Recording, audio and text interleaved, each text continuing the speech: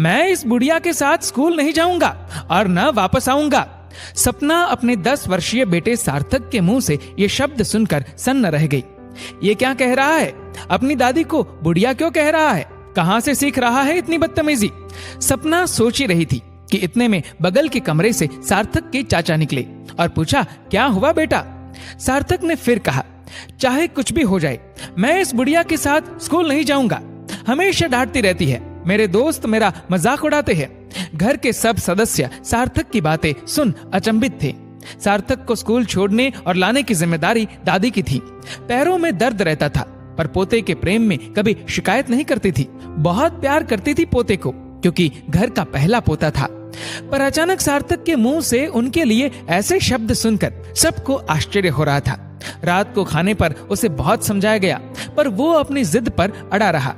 सार्थक के पापा ने उसे गुस्से में एक थप्पड़ भी जड़ दिया। सबने तय किया कि कल से उसे स्कूल छोड़ने और लेने माँ जी नहीं जाएंगी। अगले दिन से कोई और उसे लाने ले जाने लगा स्कूल।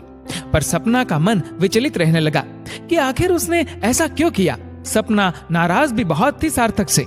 शाम का वक्त था। सपना ने दूध गर्म किया और बेटे को देने के लिए ढूंढने लगी। छत पर पहुंच बेटे की बात सुनकर ठिठक गई और छुप कर सुनने लगी।